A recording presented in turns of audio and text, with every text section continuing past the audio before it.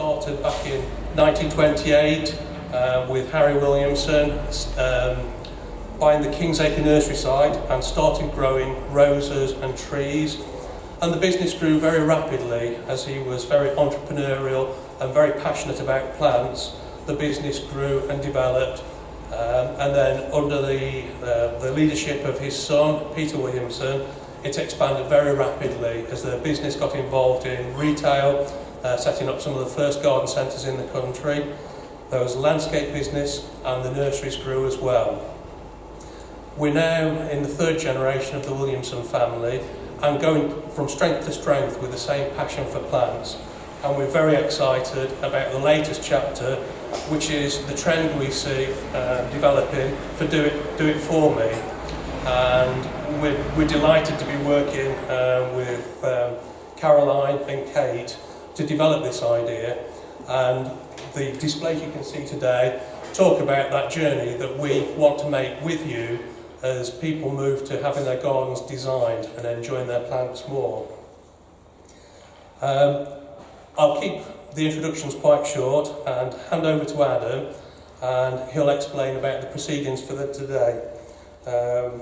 What's going on today? I mean, we're really sort of flexible. We want to make the day work for you guys first and foremost. The plan is we have a wonderful tractor and trailer just sort of sat outside the front here, and we would encourage you to jump aboard that very shortly to have a sort of a tour around the 70 acres that is Wyevale Nurseries sort of container unit, and a sort of guided tour. And I really would recommend you do that and give you a real good flavour of what we're all about. So we'll be asking you to jump aboard there shortly. We've also got sort of teas and coffees on all day. Lunch is going to be sort of provided from sort of midday as well, so tuck into that when that arrives, please. And we're also, luckily enough, we've got two of the sort of leading garden designers that have agreed to give us some presentations later in the day. So we've got Caroline and Kate who will be giving a couple of talks at 11:30 and 2 o'clock. But before that, we thought it would be good for you to get an idea of how we've sort of created, say we, that's nothing to do with it whatsoever, how we have created these wonderful displays, because these have been created by Kate and Caroline. And by using all the plants that were around the nursery in the last sort of few days, and they look absolutely stunning. So thank you very much, ladies, for putting this together. But it's very much about sort of what's on trend, and Caroline and Kate are going to give us a bit more detail behind this before you jump on the sort of tractor and trailer and then see these plants in situ. So if I could hand over to Caroline and Kate just to give us a little bit. To be here at Wyevale, it's a real honour to be working with them, and very exciting to be playing with plants. What we wanted to do was illustrate to you, and this is very important as designers and landscape designers, how you can use existing stock. Everything you see here was just on the gardens, on the garden nursery out here, nothing brought in, and use it to replicate Chelsea trends. We both went to Chelsea earlier this year, and if you retrieve the handout that's in your pack, there's a very whistle-stop tour of Chelsea trends there. I'm just going to talk you through those and explain to you how we created these based on those Chelsea trends, but using Wyevale stock. Just to pick up on that, we went around and looked at all of the gardens and photographed them and distilled the 6 most important ideas for planting. Often it's colour, isn't it? But also, of course, texture and form for being arty, shape really, also very important. The trends are on boards here as well, and as Kate says, we've actually pulled together the trends and planted them up. We had about as much fun as 2 women can have with their clothes on 2 days ago, going around the nursery, gathering those plants up and creating this. And we'll go through this in more detail. One more thing I'd just like to say, and Kate's already mentioned it, but I want to reiterate it. It's something I teach at the school. Some of my students are sitting out there, thank you for coming. Good planting is not about trying to find rare, exotic, specific cultivars. Because I bet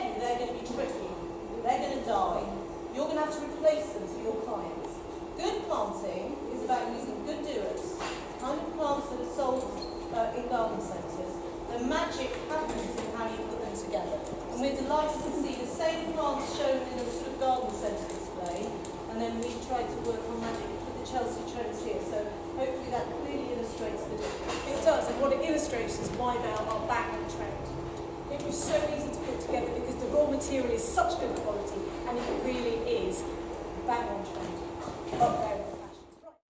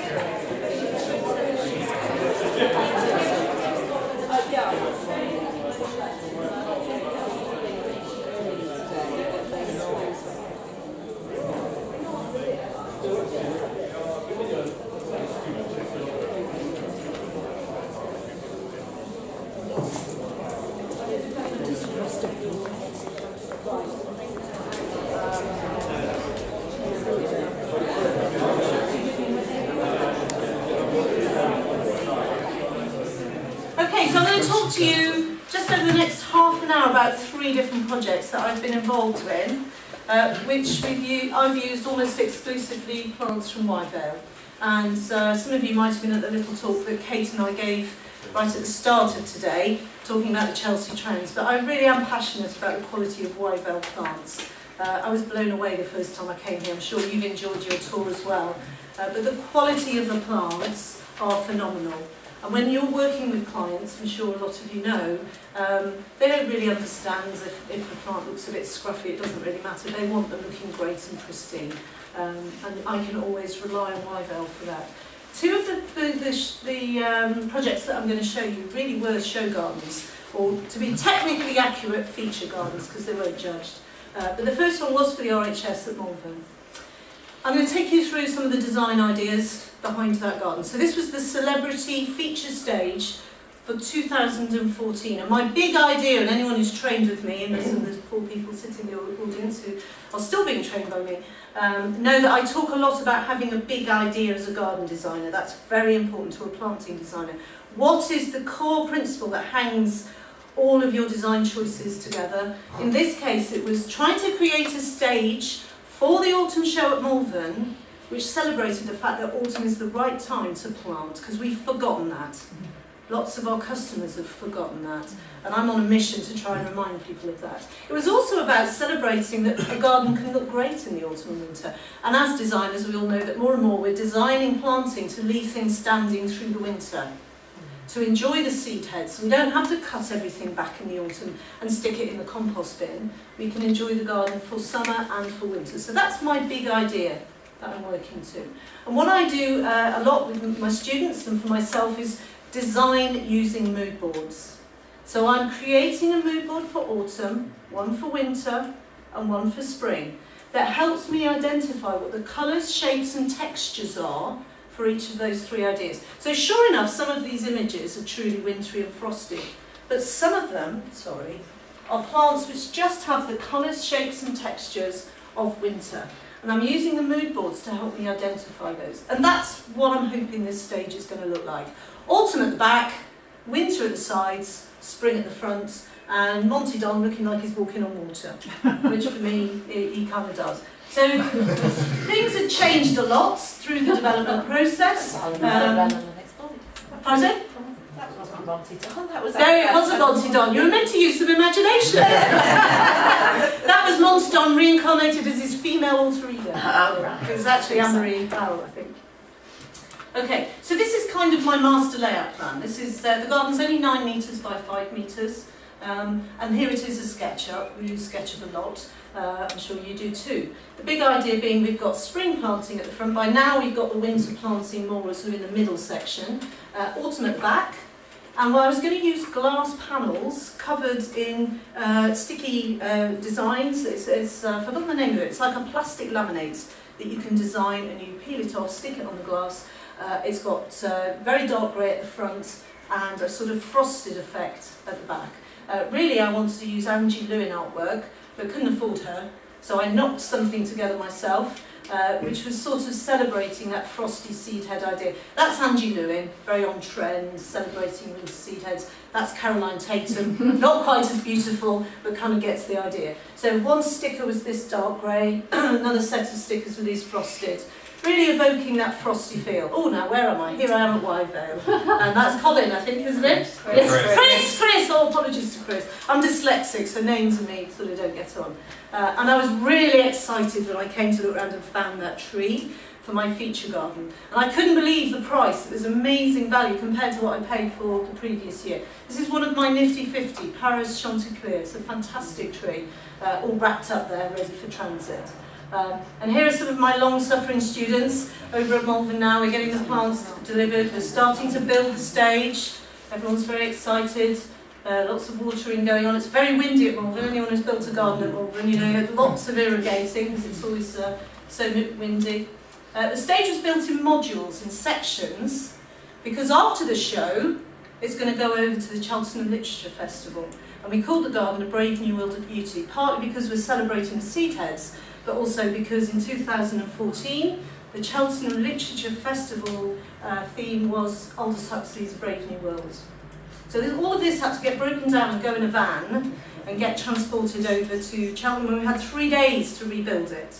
So it was a bit of a challenge. To be honest, the autumn is a stupid time to build a show garden anyway, but then to have to break it down and build it back up again was even more stupid. But there you go. I like a challenge.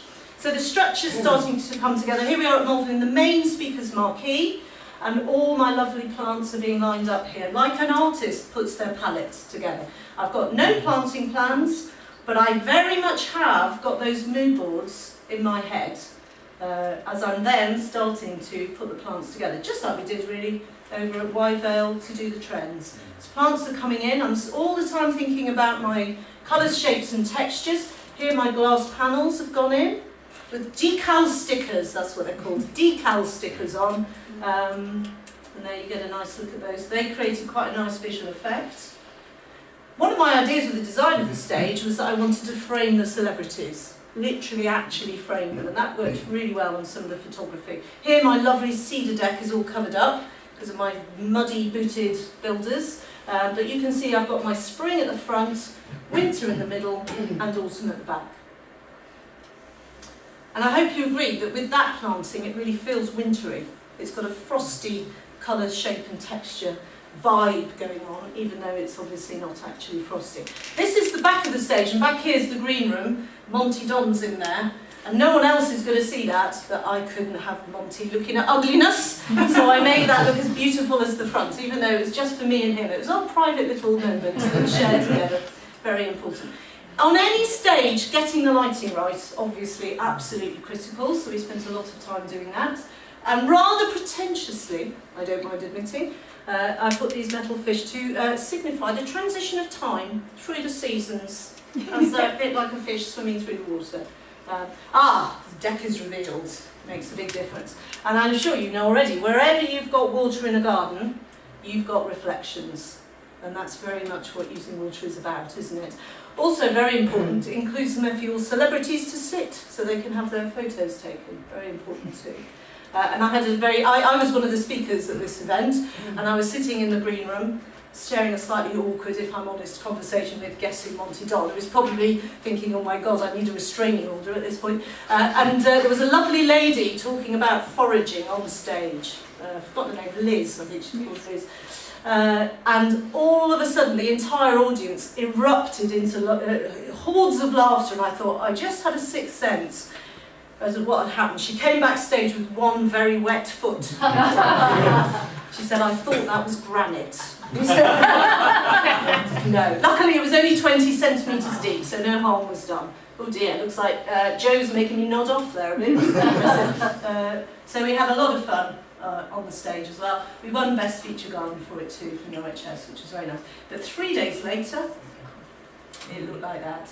And I'm sure you've all been through this as well. We had 3 days again to put it all back together, which it did very well. I love using this as an example for my students of how things shrink when they're outdoors, because we're used to always seeing things in rooms that are sort of human scale, but the minute you take something and put it outside, the scale of it seems to shrink down enormously.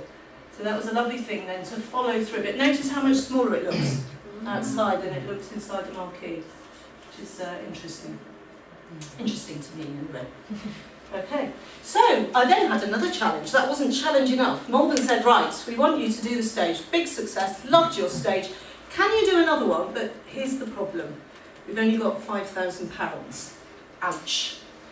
Could you just break up the stage, reinvent it, and do it, chop it up, make it into something else? And I sat there for a couple of days designing on SketchUp, but everything I came up with looked like I'd chopped it up and reinvented it, and it just all looked a bit secondhand. So then I thought, okay, what I'm going to do is unashamedly use the same stage, because I've done spring and autumn and winter, now I'm going to do summer. And what's summer about? Summer's about light. So I'm just going to cover the whole thing in mirrors. So we didn't use glass, A, because I couldn't afford it, but B, I couldn't afford the insurance in case it garrotted Carol Klein. So we actually used Perspex with an aluminium backing, which worked very well. So the SketchUp model here, the same stage, but I'm using my mirror to create an almost hall of mirrors effect. So the reflections are reflecting off each other. And also I was hoping I wouldn't need quite so many plants, sorry Wyevale, just because I didn't have much money. And also Wyevale told me Malvern told me at the last minute, your stage is going to be in the middle of nowhere, and it's on a big slope. So the whole garden had to sort of be lifted on a wedge of cheese, effectively, to lift it up. So technically challenging. Every single one of these plants came from Wyevale. And one of my trends that I talk about as well is the return of the shrub. Shrubs are coming back because we've been beguiled by perennials and grasses for a long time, quite rightly so.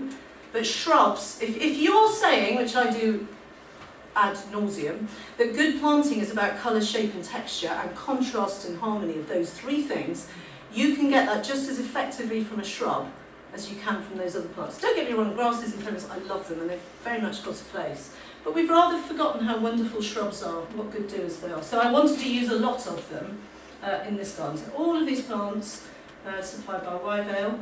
And here's my stage. I've resanded it off and covered it in mirrors. And just that different texture has completely reinvented the space.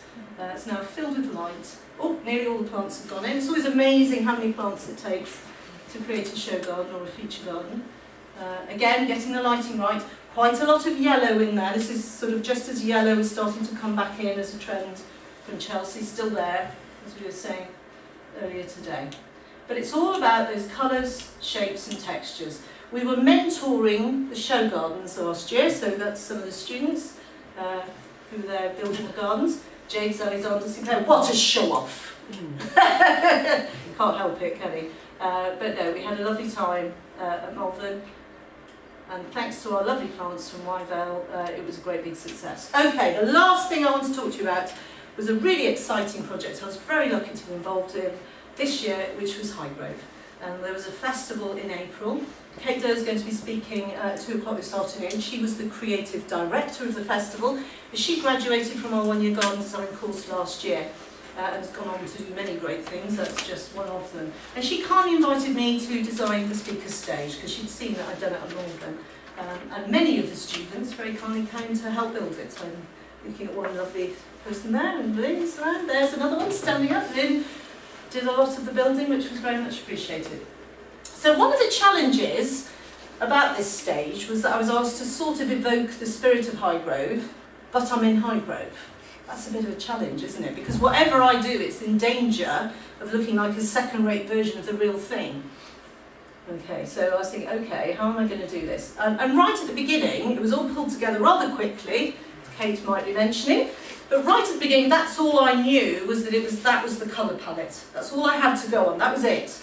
At the time of year, we didn't even have that right at the beginning, and it was going to be sort of a lovely burgundy colour, which did slightly change, but not completely, and a lovely fresh yellow.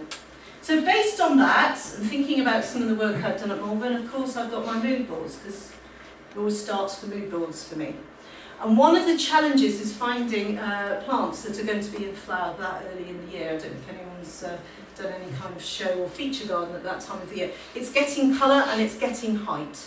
So Kate and I were regularly coming along here, hounding them, being locked in to sort of make people missing their trips home in the evening. We were literally locked in, just scouring the nursery, trying to find what was going to give us height and colour, and they were fantastic. They put things specially into polytunnels for us, and they were really knowledgeable and informative about what kind of plants that we could use. Kate was checking these against her list of what was actually growing in the garden, and this was the sort of idea behind the speaker stage for Highgrove. Originally, Kate and I found these beautiful reclaimed gates in this funny little lock-up area, which we were going to use for the stage, and I suddenly thought, do you know what, if that falls over and squashes somebody, I'm not sure that I can live with that. So we decided in the end to change these for some willow panels, which I'm going to show you. Ah, Lynn, there you are! And Michelle! And there, Ellie. So here we are at Wyevale, trying to will on the pomonias or pomonarias to grow. And look how cold it looks. Oh, it was bloody blazing cold, sorry. It was cold. But we were really amazed. And every time I come to Wyevale, genuinely, I discover something else that they do. And I didn't realise they did such fantastic topiary, actually. So I learned that on this trip. But they're such a good team to work with, because what I was doing was putting a list together of what I wanted, emailing it over to the guys, and nothing is too much trouble. So they were doing their absolute best to make sure that they could deliver what we needed. Sorry, ladies, to put you back in the spotlight. So these are our hopeful plants. We're quite early on at this stage. We don't know whether they're going to make it or not. But we're certainly a bit more sure about the topiary. We're hoping no one's going to buy them in the meantime, so that we can definitely have them. Oh, sorry. Okay, and this was my solution to those gates. Something much lighter, to get something made bespoke out of willow. I used a wonderful willow artist called J. Davey. He's based in Somerset, and he's unbelievably reasonable. You can basically send him anything, and he'll make it out of willow. So that was a good solution, which luckily Highgrove liked the idea. So here they are being delivered. So I've managed to get him to weave in the royal feathers into those willow panels. Amazing, really. So that's the rather unexciting looking space. Sorry, Your Royal Highness, you didn't say that, should I? But we were very pleased to be there, and very privileged to be allowed to even take these photographs, to be honest, because it's strictly no photography at Highgrove, but they did allow me to take photographs of the stage, which I was very grateful for. So again, it was built in modular form. There's that purple colour that you saw on the mood board. Our willow panels have gone in place, and here's the all-important screen. A bit of fun and games getting that to work. There's a student still smiling through the painting. All very good-natured. And then the best thing, the whole place comes alive when the plants come in. They're the most important element. This fascia, there's the thing, Kate's smiling at the back of the room. Because she thought I was nuts when I picked that fascia, but I was hoping it would do a good job for me in terms of form, because it's so architectural, which it did. But even more than that, what I didn't know was this room was in nearly complete darkness. I should have thought of that, shouldn't I? Because I know there's a projector, and I know that there's speakers, but it somehow never occurred to me that it would be almost complete darkness. This planting has got to look good for a whole week. And I thought, I hope it's still looking good on the last day. And luckily, plants like Fatsia, which are very shade tolerant, were absolutely in their element. And particularly because that's spider's web.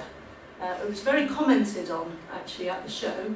And so that really was a good doer. We were blessed that Adrian had these header balls that were just the right colour for our purple. And here we're sort of filling up, arranging, sort of creating a planting effect. The interesting thing you'll see is these tulips by the end of being in darkness for a week, are nearly as tall as that sign. Because the poor things are saying, I'm sure if I keep growing, I'm going to find light somewhere. I've just got to keep trying. So you can see that colour palette that we had on the mood board is there. Getting the lighting right, very important. This spirea here was very, very admired as well. And it looked good for a week. It did its job. This shrub I absolutely love. It's called Sorbaria. I don't know if you know it.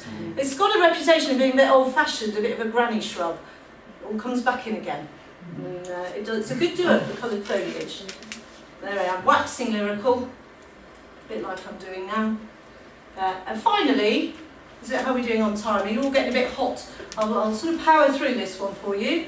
I just thought I'd show you some real client work. It's all well and good doing these arty-farty feature gardens, but how about real clients? This is a client of mine, and I'm developing the whole garden, but as a sort of quick fix, they wanted some planting in a couple of areas. And you know me, it all starts with mood boards. So we explored options of colour palettes. This is a mood board for one area of the garden. They call it the New English Garden. It's a bit like Hidcote, basically. And of course, there's always a trip to Wyevale involved, and I always usually manage to bring some students along with me to come and have a look at the plants. I think you're there, Anthea, were you? Is that you? No, just someone who looks like hard to imagine anyone else, so lovely. So here's one of my planting plans for that job. And as I'm sure a lot of you know, how we start is by putting the shapes in first, choosing the plant second. And let me tell you a big confession. When I designed this, the client wanted it in situ from the 5th of January this year. I sat down, I had my mood boards, but the first thing I did when I chose my plants was get up the Wyevale plant list in front of me. Because that way I know that everything's going to be available, it can all get delivered. I'm not going to get disappointed, I'm not going to waste weeks chasing plants that aren't available. They're all there, they're all readily available. And there was more than enough choice for me to be able to fill up. There were a few extra things like some David Austin roses, but mostly it was Wyevale plants. So here I've completed my planting plans. I'm doing some visuals for the clients to show them elevations of what that planting is going to look like. And this is where the planting is going. 2 areas, 6 of these boxed edged borders, not easy to say, which are going around the house. And also here, we've got the long thin borders. So there are 4 of these, 2 with a beautiful view at one end, and 2, there's a gorgeous seat here, I'm sat on it, can't see it, it's a lovely arts and crafts bench. So I'm going to fill that with plants, and the brief was they wanted it instant. They wanted it to look like it had always been there. And again, thank you to my lovely students, because a lot of them sitting in the audience are about to star. Sorry ladies, we're going to have some pictures of you looking gorgeous. But this is how good Wyevale are. I asked Adrian very cheekily if I could please have Dutch trolleys for the same price, but because I was placing a nice big order, look how beautifully they're packaged and presented, and that didn't cost me any extra. And the Dutch trolleys, I have to say, were a complete lifesaver, because this is £16,000 worth of plants. Just moving them about would have been a total nightmare. And yes, we had to put some timbers down because we were going over gravel and turf in a few places, but mostly those Dutch trolleys probably reduced the number of planting days by 2. You know, that's saving everyone money, so that was fantastic. Now, Helena, who's sitting in our audience, you're going to see her in a minute, because she had the very thankless task of counting them all. But that is a really important job, you know, because if they're not all there or something's gone wrong, but I can say the Wyevale plants were perfect. Is that right, Helena? They were all spot on, and that's thousands of plants, not one too many, not one not enough, all exactly as we'd ordered them, which was great. So the root ball trees going first. We used Amelanchier canadensis because they wanted year-round interest. These came from Wyevale as well. Obviously, we're getting our Dutch trolleys in situ. We start by grouping the plants. I've got lots of evergreen ground coverage here to keep the weeds out because the client's asking for as minimum maintenance, as much as you can in a border that makes Hidcote look a bit mean, you know, it's never going to be low maintenance. Look, the slackers! The slackers! Having a cup of coffee. But no, they were working very hard, and in some really, really cold conditions as well. They did look, Elena sporting her earmuffs there rather beautifully. So there was a lot of hard work after the setting out. So I was around for the first 2 days to do the setting out. I think in total the planting took about 10 days, is that about right? With a weekend break in the middle, setting it all out. And I'm not even here now, these guys are just doing it by themselves, sending me images. Now, luckily the client is so happy with it and so excited, they keep sending me photos of it, which is great. So this spring, all those, of course, as you'd expect, the Amelanchias doing their thing, looking fantastic. And then we're going to segue seamlessly into about 2 weeks ago. It's filling out really nicely, no chance for the weeds to get into there. And the client asked for year-round interest and colour, and they're really delighted. They feel like they've absolutely got what they asked for. And it's sitting very well with the rest of the garden. That's something we need to think about. If you're only planting up a part of the garden, you don't want it to look alien to the rest of the garden. That's really important, but it's sitting in very nicely. And then in a minute you're going to see the drum, saving it till the end of the double borders there. And I took a bit of a punt with delphinium. It's always a risky one for clients, isn't it? Because of them needing staking, and these guys are on clay soil. But luckily, they turned out to be the plant that the client most liked, actually. He's very fond of his delphiniums. So I've got begonias there, giving me a nice evergreen edge to the planting. And what I didn't point out, I perhaps could have done on the planting plan, is my swathes are going in diagonals, symmetrically. So they're like go faster stripes, which is taking your eye either to the bench or along to the view through the gate. I think I'm going the wrong way now. Maybe I'm not. Well, I'm going the wrong way, sorry. I'm dyslexic, can't tell left from right. We're nearly there. Delphiniums doing their thing. So these are all Wyevale plants. And I think that's the last one. Thank you. Thank you very much. Any questions at all from anybody? Does that all seem self-explanatory? I'm around for the rest of today, so if you think of anything and you want to just grab me, please do. I'm delighted to speak with you. Thank you. Thank you. Yeah, exactly. We're easily...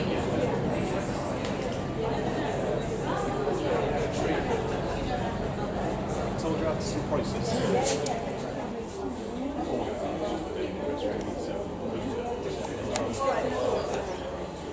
So this particular one says what happened on the back there, like that. That's the side there. Hi, how are you?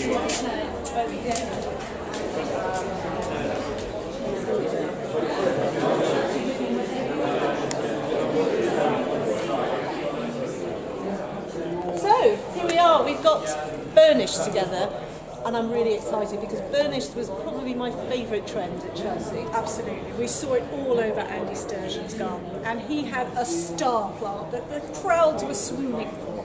He had Isoplexis canariensis, a bright orange, very tender digitalis. It was an amazing thing, and something that excited even the hard-nosed garden designers who've been done Chelsea for years. When he unloaded it off the van, they oohed and ahed. However, the frustrating thing being, if I use that for my clients, too tender it would die and I'd have to replace the plants. Yeah, in this country it's really a hothouse plant unless you live somewhere like Cornwall or the Scilly Isles. But Wyevale is the answer to your dreams because they have this incredible digitalis. Digitalis illumination flame, and not only is it gorgeous to look at with these fantastic burnished fingers of flowers, it's perennial, truly perennial. Not like the normal biennial digitalis. This will give you a flower for very long periods each year, year after year after year. And we like that because not only is it good value, it's less work in the garden, we're all up for lower maintenance, Absolutely. and years of pleasure from one planting has got to be a good thing. There's something else I'd like to talk about just while we happen to have these two gorgeous plants next to each other. This second one is called Astilbe Brennan, and both of these plants actually will tolerate shade, which is an interesting thing. Now, here we can see that they are a very similar form or shape. They both have this elegant spire-like form, but a very different texture. Texture is a very subtle thing that a lot of people really don't understand, but I think that's a lovely illustration that this is fluffy and light and airy, this is solid and shiny. So similar form, tonal colour, very different texture. Texture is a subtle thing, but it's very important in good planting. Well, and teal, another big trend from Chelsea this year.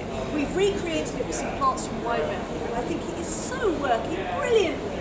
I love this sort of silvery, burnished sort of seed at the bottom with this festuca, wonderful sort of frothiness up through the echinacea and the agastache. I think it's a fabulous, very interesting combination. It's quite different to really focus on really two colours, the orange and the teal. And that coppery orange has been very strong in interior design. We've seen it inside for a few seasons now. Wonderful to see it venturing outdoors into the garden and creating a strong new trend.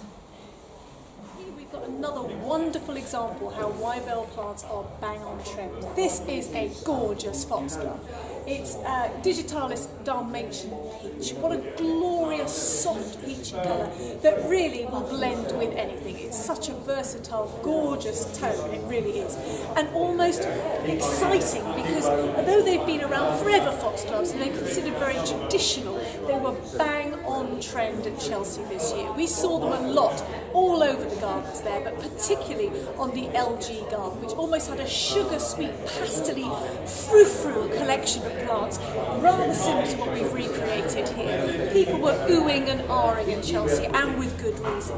Foxgloves are brilliant. They've taken over from lupins to give you these tall, elegant spires and so on. They come in all sorts of shades. Pam's Choice is another white one with those purpley speckles, but I really am in love with this peachy tone. It does blend and tone with all sorts of things, and here in this design, I think you'll agree, it's kind of brought everything alive. It's given you that height, but it's blended it all together. To be here at Wyevale, having just put together some fantastic displays of plants, just using plants we picked up off the nursery. For instance, Dryopteris ethrasaura. What a stunning fern. Look at how the foliage has that wonderful coppery tone. And notice how well that sits with the bark of the vetula tree there. It's a winning combination. At Chelsea, we found everywhere woodland planting and a celebration of shade. Not seeing shade as a problem, seeing shade as an opportunity where we can grow hostas. Hostas such as Alba marginata, or here at the back, really hitting you in the eye, Hosta Patriot. A wonderful combination. Contrast of colour, contrast of shape, contrast of texture. The three key elements of good planting. Wyevale foliage, because we're in the woodland area, which of course was such a massive trend at Chelsea 2016. We saw it on Cleve West Garden so beautifully. A dapple canopy followed by lots of ferns and shade-loving gorgeous plants, which of course give the designer an opportunity to rise to that challenge and make shade less of a scary thing. It's a real challenge that people are responding to and enjoying and embracing shade. In fact, even more than that, I think many designers are not even seeing it as a challenge at all, but as an opportunity, as an oasis of calm, cool, quiet, where there are no bright colours to distract the eye, the shapes, the textures become much more evident. So hostas like, for instance, Patriots, which has that lovely white variegated edge, really shine out of the gloom and really make a statement in the shady garden. And of course ferns are so important, and Wyevale has an extensive range of ferns for dry shade, for boggy shade positions. It's an amazing selection they have here. And of course trees, lest we forget, they do field-grown transplants, container trees, to create this sort of wonderful canopy you see above us with these native birches. So excited to talk about primary. When I went to Chelsea, I saw Hugo Bugg's garden and the L'Occitane garden with these quite hard primary colours. I didn't know what I made of it at first. I was a little bit out of my comfort zone. But I did notice that these primary colours were blended, either with grasses or with white. And that means they're much easier to use, almost like a sort of crazy meadow effect. And I was a bit nervous when we decided to put these plants together. I thought, am I going to get it? Is it really going to convey that trend that we'd seen at Chelsea? But you know, I'm absolutely thrilled with what we've achieved here. Caroline's completely right. I'm scared of yellow and red and blue all together, and I think most of our clients are as well. Traditionally, people like pastel colours in the garden. They think they're soothing and gentle in the eye. Red and blue and yellow are challenging. They're not easy colours, but we saw it done in such a new, fresh way. blended it with these beautiful grasses. There was a lot of arid landscape that he put these colours in, and they totally worked. And as we built this planting scheme up together here at Wyevale, the more we added, the more excited we got. I'm really thrilled by this, because we've seen red, white and blue done hundreds of times before, traditional bedding schemes, and it always looks a bit old-fashioned. And here it looks young and fresh and new. The dahlia zings out amongst these delphiniums. I think it really works. I do, and I think for me, the absolute star is one of the more understated plants, which is this coreopsis. What a fantastic texture. Really wonderful, and really, again, blending the other colours together. Yes, with that slightly more lemon yellow. Yeah, it's not quite exactly. as harsh, which just blends through down to the salvia and the lavender again. I think it works. I think it's very harmonious. This moody, sultry palette on Joe Thompson's garden in Chelsea this year. Now, one of the star plants from Wyevale we've employed to recreate that sort of trend is this fantastic delphinium, Magic Fountain series. It's gorgeous. Look at that statuesque beauty. Those gorgeous deep blue flowers just on the verge of opening. It's a fantastic thing to give you lots of height, and it keeps going with that dark tone, that sort of moody blues feel that's all amongst this planting. We found when we put the planting together that really it was this delphinium that was the sort of X factor. But really that height, that statuesque form brought it alive. Charlie Olborn also showing this bruised colour palette at Chelsea. It's one that's going to run, and just like Mr. Darcy, I'm a big fan.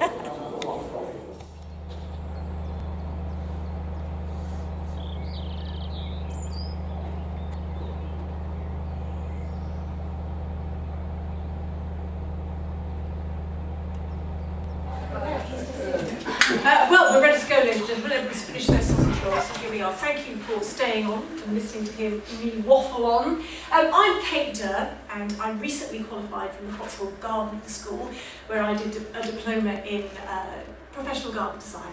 That was 2015. But during that time, I was rather rashly encouraged by the principal, Caroline, who you heard talk earlier, to enter a show garden design at Malvern. And I duly accepted this challenge, even though I was still on my course and didn't quite know the terror that would possess me going forward. So, let's click along the side. So, Malvern, 2015. I had to set about transforming this small, rather unprepossessing sort of piece of mud in the windy valley beneath the Malvern Hills into this, which was somewhat of a challenge, as I really didn't know what I was doing, and it's the first time I've ever done a show garden, and yeah, steep learning curve, shall we say. So, the Cotswold Gardening School, as I say, right in the middle of a course, having done 10 years of childcare, raising my kids, and as I say, the added mix into the crazy time full of homework and SketchUp and technical drawing was the Malvern Spring Festival. But I went along to an RHS seminar, which is run by them every year in November time, and once you put an application in, you might get accepted. They give you some tips and wrinkles. They invite professional designers to come along and speak to you, and you furiously make notes. Now, in listening to that seminar, I knew that you had to give your garden a backdrop and enclose it with boundaries as much as possible, because you really don't want the gents' toilets featuring as your backdrop, and the BBC aren't going to want to film your garden if all they can see is guys coming up sitting their flies out. Include seating. This is something Caroline impressed upon me. You want somewhere for Monty Don, as she said earlier, to park his pretty derriere when he's giving a wonderful piece to camera about your garden, because of course you're going to get it on Gardener's World. You've got to give it the wow factor. I come from a showbiz background. I've done a lot of television presenting, so I understood that. Really, a show garden is a perfect vignette that you're creating that stands alone, a little sort of corner of Eden, if you will. And don't forget, it's all about the plants. Something that I was very keen to really push was the fact it was all about the plants. I didn't want to get hung up too much on fancy sculptures and hard landscaping, important as they are. I really wanted to concentrate on the plants. So, showbiz background, very keen on creating that vignette. So I looked to theatre design, because that's what it's all about, to create that self-contained little moment of perfection. And I looked through a lot of Royal Shakespeare Company productions, a lot of the Shakespeare set really resonated with me, particularly in Tonight's Dream. This is what this is. I love the idea that you're almost using flats to create a garden, and I love this rusty colour. Also this, it's a completely different set, but it just works very well. Those vertical lines, this rusty colour came up again. I started to look more and more at theatre design. And that's when I came up with the idea of using these panels. This is a very fabulous man called Neil Lossock, a blacksmith, and he exhibited at the Autumn Malvern show, and that's where I fell in love with these fern panels. He plasma cuts the shape of king ferns and then pulls them and teases them away to create this 3D kind of effect. And this is before they've gone rusty. That's what they look like. And then he paints them with brick acid or occasionally peas on them. That seems to work quite well. So you keep them wet and give them something acidic. Then they'll come up gorgeous and rusty. More of those. And you can see I've started, oops, jumped ahead. How do I go back? Previous, and can I roll down? No, is it that one? Don't know. Anyway, we're stuck on it. So, yes, mood boards. Caroline's talked a lot about those. I am her, very much her little student, and I followed her advice very much on that, creating mood boards to work out what I was doing. This was my master plan. Very simple, for good reason. I was a student, and I was very scared of doing something very complicated. And also Malvern told us, keep it simple, keep it simple. You have to be able to create this in 3 weeks. There's very little digging you can do down because it's like rock at Malvern, and also digging is expensive, excavation is expensive. So as you can see, taking from that theatre idea, I've got the flats, the wings coming in. There's a backdrop of those screens here. I've employed a water reel to reflect those screens. The whole idea is this perfect vignette. Plus, it's very symmetrical and neat. I wanted there to be a very large contrast between the symmetrical nature and the linear nature of the design and the exuberant, frothy planting. So I called it constraining nature, because that's essentially what we do when we create a garden. We clip, we prune, we weed selectively. We try to constrain nature. We don't necessarily always succeed, but we have a jolly good time trying. So here you can see, final master plan, with those rusty screens, clipped elements, rusty rill, and also added into the scary mix that was now becoming this fast-moving train that I couldn't get off, was the UCare tulip. UCare is a urological cancer charity, and they wanted to launch their emblem, which is a pink tulip, at Malvern, and I was very graciously offered the job of launching it on my garden. So I haven't planned to use candy pink tulips in my planting plan, but I thought it was quite a good opportunity, so I went with it. So that's where I got to, and this was my SketchUp model. This is the first time I ever tried to do SketchUp, and I remember this well. At 3 o'clock in the morning, sat alone, typing and trying to rotate trees, but it's such a wonderful tool. Works brilliantly for kind of really showing someone how you think it's going to look. So I was beginning to get ideas about planting and where things might go. I knew my trees were going to be Amelanchias. So beginning at this stage now to think about plants. This is in February and the show is in May. So another drawing there to illustrate how it might seem. There's me with the pink tulips, smiling for the cameras. It's going to be fine, it's going to be wonderful. I also had to choose things that were going to make up the hard landscaping, and I wanted benches that would look fabulous. And I came across Alison Crowther, who made incredible hand-carved oak benches for Arnie Maynard in Chelsea 2012. And Alison was an absolute star and invited me to go down to her studio down in Sussex and choose pieces, because she was very keen to support the student, which was very, very exciting. Now, plants. Hortus loci. I wanted to go to somewhere that I knew was used to show gardens, and boy do they know what they're doing there. So, terrified of going along to my first meeting, I bought a tray of Krispy Kreme donuts, put on my lucky pants, and walked through the door and met this team. This is my husband, who came along to hold my hand because I was so terrified. This is Mark and Michael and Robin. They are the daddies of Hortus loci, and they were extraordinarily helpful. Now, I point this out, not to be in any way disloyal to Wyevale, but this was my first experience of going to a big nursery, and it was a very valuable lesson. They were great, and they taught me through my little design. We spent about 3 or 4 hours, inch by inch, centimetre by centimetre, discussing the kind of plants we could use. This is the Chelsea tunnel at Hortus. And what's so great about Malvern being in the beginning of May is that if anything they have that's lurking in the Chelsea tunnel goes over too soon, you can snaffle it up for Malvern. So it was quite awe-inspiring wandering through here, seeing names like Cleve West, Matthew Keatley, thinking, my gosh, I'm in this cathedral of perfection. There is Matt Keatley. He was there planting up little succulents into his granite towers that he used in his centre barley garden. And God bless him, when I went to Chelsea, he invited me on his garden, which was thrilling to go and actually see it in the flesh. So back to Hortus. There's me choosing trees with Mark and actually putting my name on a tree. Cape Durham, Oranges, Malvern, it's really happening. The tension is rising now because I've got to pull this off. So, back to the actual day, breaking ground, there we are, posing for the cameras, full of enthusiasm, exciting.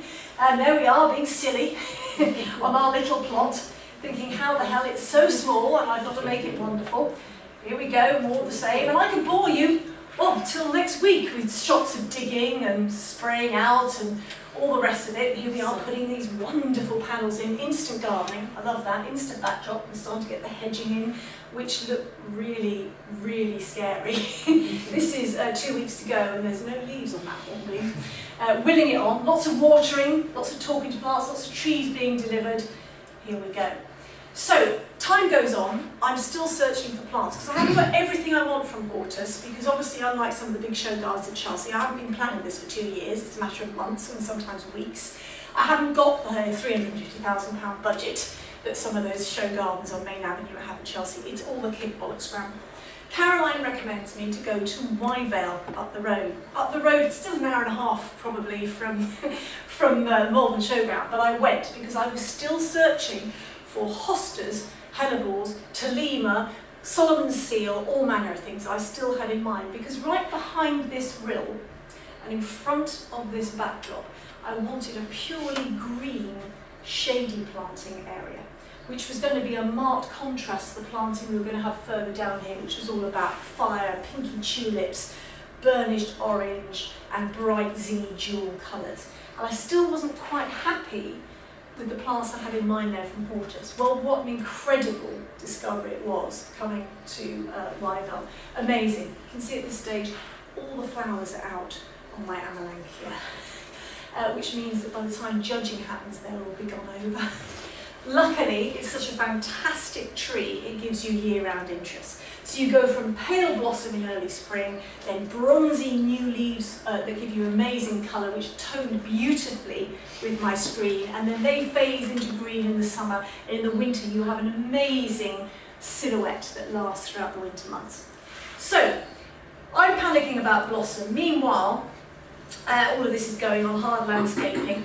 It comes to plant delivery day. Now this stage I have been to Wyevale and I've spent 3.5 hours with Adrian going round hand-picking plants.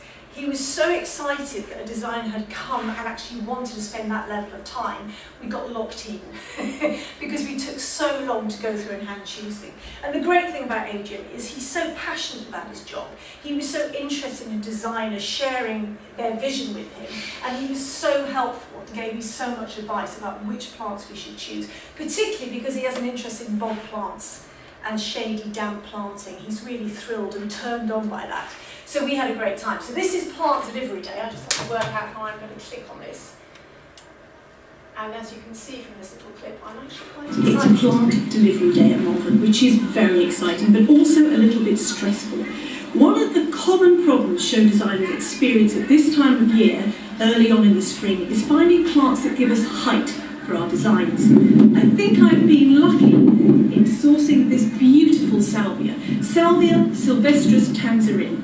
In about a week and a half, fingers crossed, it will give me the most dramatic, deep purple columns of flowers, which will be a wonderful foil to my UK pink tulips. The other star that's giving me some height is this rather statuesque yet delicate Verbascum clementine. You can see the amazing colour combination in its flowers. Rusty apricot apricot with a centre of almost bright fuchsia pink and clear orange pollen on those stamens. It's a wonderful plant.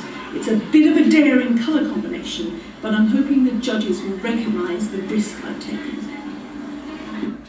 So it was a bit windy. As you could well hear. That's why we've got all these windscreens all the way around. It was insanely windy. And there are all the plants. That's what it looked like after I'd unloaded the Dutch trolleys, and I had to try and make sense of that. Now, I didn't have a planting plan per se. Bear in mind, at this stage of my course at Cotswold Gardening School, I hadn't even done a planting plan, so I was learning on the hoof. But I had identified areas which I knew were going to be green, with hostas and Solomon seal. I knew these tree peonies were going to be stars of the show, and they had their place. But everything else was on the wing, and I've since learned actually sometimes that's quite a good way to work with show gardens, because you can never guarantee the plant that you're hanging everything on will be available. It might get eaten by something, it might fail, it might break, so it's always good to be flexible. And living by the seat of your pants is a little bit stressful, but if you can remain calm and substitute something, you're halfway there. So this is me just trying to arrange everything, get it together. We had lots of fennel to give us a frothy feel. Of course, those tulips were due to arrive, and I hadn't even got those into the equation yet. They arrived at the last minute because I didn't want anything to destroy them. I mean, we literally had to put them in at the 11th hour. Ferns again, lots of ferns from Wyevale, incredible choice of ferns here. And as we saw at Chelsea this year, it's a really strong trend coming through for ferns. And this little ginger, that's it, Azara Europeum, I think it's called. Fabulous thing, because it's so glossy and green and great. It makes such a contrast and just sits there quietly doing its thing. So you can see it's beginning to come together, this wonderful euphorbia, a great foil for this incredible tree peony, great rusty planting. And I'm beginning to put this shade palette together back here with grasses. And we're getting there now. We're just doing the turfing, and it's going to be perfect, sort it all out. You can see the rusty corn edges I've employed to echo the rusty steel here. Again, constraining all this planting, constraining nature.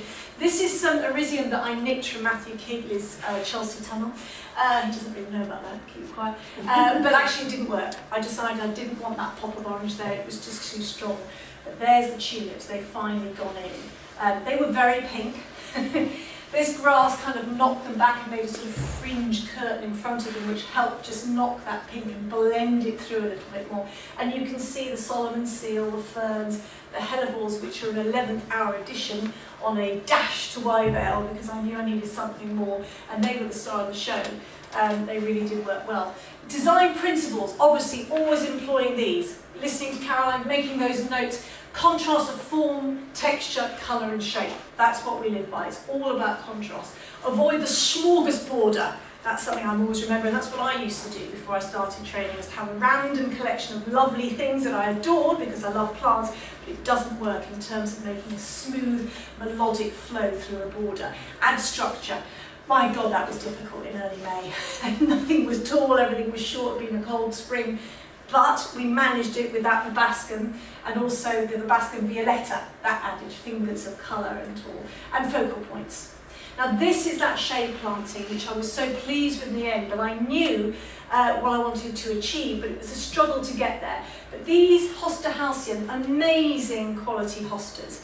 When we were working with Highgrove, I was trying to find hostas. The Prince has the Royal Collection, the National Collection of hostas in the UK. So they're a big thing at Highgrove in the Stumpery. Big, strong theme hostas. Remarkably untouched by slugs. Maybe they're too in awe that they're in the Royal Garden. So I knew I needed to have some for the Highgrove Festival I worked on earlier this year. Could I find hostas? Searched the country, phone calls everywhere. Nobody had hostas that were doing anything other than that little lovely spear coming up. Couldn't find them anywhere. I came to Wyevale to look for other things. I've given up on hostas at this stage. Walked into a tunnel, and there were the most prized hostas you've ever seen. This size, huge, perfect. I sort of nearly fainted at these gorgeous hostas, and I said, oh my God, I must have Adrian. They're perfect for Highgrove. I need those hostas. So he made a quick phone call and said, oh no, sorry Kate, they're sold. You can't have them. my quick retort was, well, who do I have to give a blowjob to get some hostas around here? Needless to say, everyone went bright red. I didn't actually have to perform any sexual favours, but I did get my hostas. Colin was very embarrassed, but he gave me my hostas. So, Wyevale for hostas and blowjobs. No, I'm joking. So, Wyevale, hostas, incredible plants, real star numbers. And alongside, we've got some Gelinia, we've got these beautiful Matusia ferns, we've got Epimediums, we've got Tolima, and again, these hellebores. These were from Wyevale. Incredible. I think it's winter moonbeam. Gorgeous marbling on them. And what was so exciting for me about this bit of planting, which I love doing, was that the judges afterwards were saying to me that they took lots of photographs of this because they figured that was pretty much gold standard for shade planting, which is a newbie was amazing praise indeed. I was very excited about that.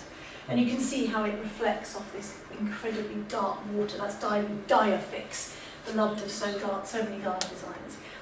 Lovely tree peony here, pink buds just emerging. I almost like it before they've opened. I think they look quite sexy. And there's those oak cubes by Alison Crowther, those wonderful little cubes that she let me borrow. I took Evan's pictures. I was very excited about this. And Comiclea there, being frothy in the middle, and there's that little azarum at the bottom, poking through. Lots of that. Tulips, there they were. That's how they arrived, just as we had a hailstorm. Art show garden's great fun. And I needed a lot of that because that's how I spend most of my nights coming back after planting for hours and hours. But they got in along with a little euphorbia there and the Bressingham purple polemonium, which was a lovely thing. And that's nearly at the end. We've put our sort of barriers up of rusty chains, Babaston violetta. There's Babaston clementine that I was waxing lyrical about in that windy VT. I think this is red zinger, this iris. That was a winner as well. More pictures, more pictures. I took endless pictures, ever knowing that this was going to be shaken down and struck. And there it is. We'll whisk through these quickly. It was a rusty thing. So, comes judging day. Kept a photograph of this because I thought if I lose this piece of paper I shall regret it. This is what they give you, the judges, and they were very, very complimentary, which was thrilling to hear. And they said, not even some of the Chelsea designers get so many ticks in the excellent column. I got 2 ticks here, one for planting implementation, quality, health and density, and plant association, relevant species, culture. I only got a very good, and I know why that is. I had those irises in, and obviously you have to show your rhizomes of your irises as you would plant them in the garden, so they bake and can get hot in the summer, otherwise they won't flower. But there was too much of a gap around the base of one of these rhizomes, and I kept looking, seeing earth, and panicking, thinking, I can't show any earth, I've got to put something in there. Sage, that's good, hot, dry, baked, fertile bit of sage in there like that. Unfortunately, it covered a little bit too much of the rhizome, and they all picked up on it, so that's why in this column I've got a very good, but not an excellent. From Stephen Woodman's, he told me that's what that was all about. But, nevertheless, I got a gold medal and best festival garden, which was absolutely thrilling, an amazing experience, and I learned so much. There I am getting crystal vases from bigwigs from the RHS, and all lots of pictures of this. Various glamorous people came to sit on my little garden. Those seats worked a treat. There's James Alexander Sinclair, Raymond Blanc and I drinking champagne. Oh, look, and there's we had to get them as well. They came to celebrate Nice with me. footwear. Yes, absolutely. Appropriate footwear from Holman. Because they really were such an integral part of the whole experience. I could not have done it without them, and certainly not without Adrian's patience, without being locked in and talking through my plant choices and hand-picking them literally. He was an amazing support and very excited too to be part of it. They were superb. So there we are, this is the thrills after. So that's me and my family. They finally got to see me after the last 6 weeks. They actually came up and saw Mummy doing her thing. So we come to the end, no, nearly we do. So this is the final photograph I have of my garden, because I'm going back a bit. I can't go back, yes I can do that. Because come the end of the week, of course, this happens. Well, it's Sunday evening and it's the end of RHS Malvern Spring Festival. I've had the most horrific week, not only winning my first ever RHS gold medal, but best festival profitable garden. I couldn't be happier. As a rookie, my first ever show garden, to have done so well is simply fantastic. But now comes the moment I've been dreading. It's dismantling time. We've got to take this all down. My garden has to be raised to the ground by 5:30 tomorrow evening. So we have to empty the rill, dismantle the steel panels, take up all the plants, put them in pots, and put in a huge van ready to go home. It's sad, but hey, that's show garden for you. And it really is, because then, you know, this is what you have to do. And I spoke to Jekka McVicker. She came to the Highgrove Festival as one of our speakers. I had lunch with Jekka after she'd done her very fun talk. And she was saying she can't be there. When they take it all down, she said, it's like rape and pillage, I can't be there. I can't bear it. She said, you take so long and you nurture these plants so long. And some of them she propagated and grown from seed to be in her Chelsea garden this year. So there is no way I can see it being taken down. However, I had to, because I had to help. So yeah, all hands on deck into a big van, but luckily that most of them went home to my garden, and I'm still planting them a year on because I've had no time. Sounds familiar for people in old ocean. But I will have wonderful memories, cherished of this whole thing, and wonderful memories of the process in getting to that point. It was quite an extraordinary journey. I learned so much, and on the back of that, I got introduced to Highgrove. They were very impressed with the fact that I won a gold medal, and they trusted enough in me to make me creative director of their Highgrove Garden Festival, which Caroline was a part of. You may have heard her speak earlier. So we had to do a similar thing. We had to create planting displays for Highgrove in an early part of the year, even earlier than Malvern. So I was traipsing around Wyevale in February, dismaying, crying, trying to find things, hostas for example. But we managed to get there, and these are just a few images of the displays we did. We relied a lot on spring bulbs for colour. That time of year it was all about spring bulbs. But we had a superb time working closely with the team there, because it was important that we emulate what's grown in the garden at Highgrove. That's what people come to see when they visit the Royal Gardens. So we were interested to understand more about the garden, how they work there and what plants they employ. And indeed, the favourites of the Prince, which is a fascinating journey, and one that's changed, as it does with all of us, the more he's got into horticulture and the more he's grown. I was talking about his bedding plants earlier, I think, and on the terrace at Highgrove, just beautiful, lots of tip topiary, it's quite an extraordinary place. There were some huge Greek pots filled with fuchsia pink bedding and yellow, which is a crazy combination that we'd all go, oh, let's spend a week there. And the more you walk back past this as you're working there, you start thinking, oh, I'm quite liking that clash, it's quite appealing. It's very interesting how all our tastes change. So I'm now Kate Garden Design, and very gainfully employed within the horticultural world, thanks for dipping my toe into the whole thing. But what I've become acutely aware of is you are only as good as your supplier. Likewise, you're only as good as your contractor. It really matters the team that you have behind you to help deliver what you want to present to the world. And in Highgrove's case, you know, everything had to be spot on. We were being scrutinised to the very highest level, and I felt confident enough that Wyevale were able to deliver that beautiful product for us, and they understood that, again, it was another show garden situation, so things had to be spot on. So, raw stamp of approval, I would say, for Wyevale, and there you go. Thank you very much.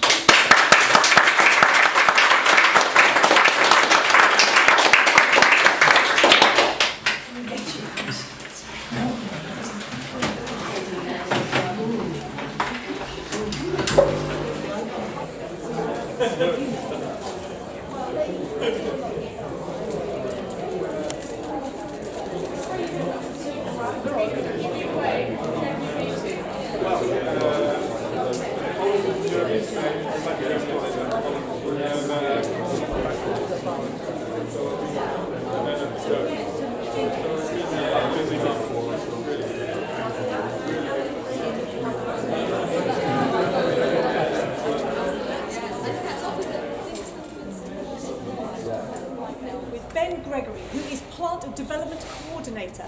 Ben, tell me what that job entails. Well, it means trialling a lot of varieties, going around nurseries, breeders and other suppliers, finding new product to suit our customers.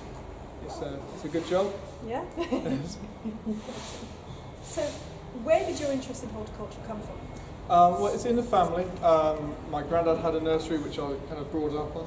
So when I was about 14, I started working at another nursery and then developed from there. I did a degree and now I'm working at Wyevale. And you're clutching something. Tell us about this fabulous looking beastie. So this is Rogerzia Bronze Peacock. It has won the most popular vote today from our customers poll. So it's a fantastic new selection of Rogerzia, really dark leaves, bright, vibrant pink flowers, stays compact, real improvement for Rogerzia. What more can you want from a plant? I certainly know it got my vote. Yes, and mine too. You can see the yellow stickers here telling us it's number one. Everybody's It's got favourite. everything, hasn't it? Coloured foliage, as you say, that nice compact size. It's even coordinated with both of our outfits. So what are you working on this year? What's the most exciting new product that I assume is for 2017? We've got a whole range. It's been so much fun. We're looking at new fruit ranges, a lot of shrubs, a lot of hydrangeas. We have our flagships, which is hydrangea formiums, and a lot more herbaceous. So there's a lot to come, a lot more exciting product through Wyevale Nurseries. How exciting to see young people with so much passion for plants. Sorry, does that make me sound like... Yes, you young people!